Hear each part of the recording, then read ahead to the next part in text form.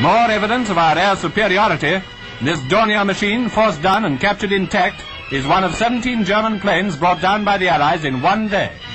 She landed in a field of that famous French mud, which was lucky for the pilot as he was unable to lower the undercarriage before she hit the ground.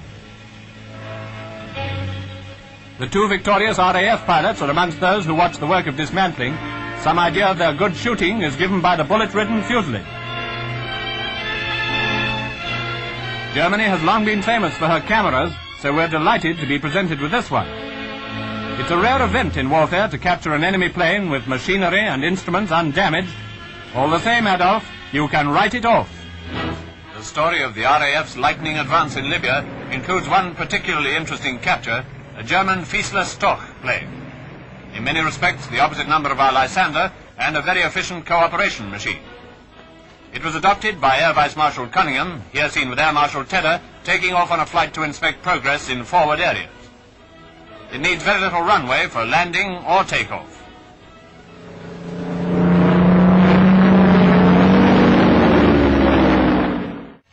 Quite a number of enemy planes fall into our hands in really good condition, like this Heinkel 111, which could now take off again at any time.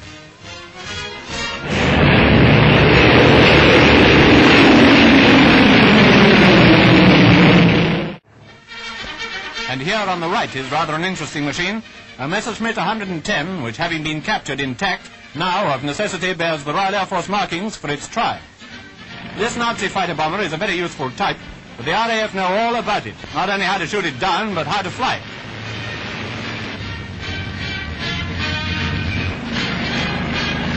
Beyond is an American fighter, the Mohawk this time, very like the Tomahawk, but with a radial engine. They're trying out the American plane on a real Nazi machine.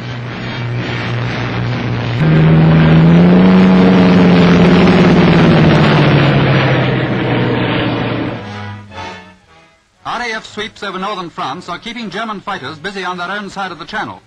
But occasionally an intrepid Messerschmitt finds its way over here and stays here. Such a one was this ME-109F, Mr. Messerschmitt's improved model.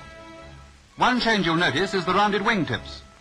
The pilot evidently thought himself pretty good because he chalked up on the tail 22 victories. Be that as it may, he won't be chalking up a 23rd.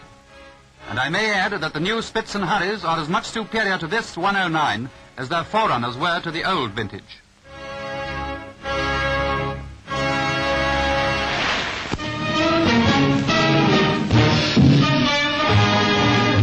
Ten Junkers 87s with Italian markings recently made forced landings in the Western Desert and were captured. This particular Stuka was undamaged. After painting British markings on it, the RAF flew the dive bomber back to a Middle East base where they put it on exhibition, one of Germany's not-so-secret weapons.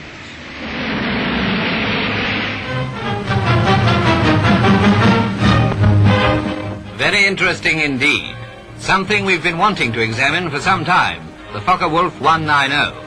The RAF forced it down on the south coast of England, where an armed patrol promptly grabbed the pilot before he could do any damage. Now it's in the RAF.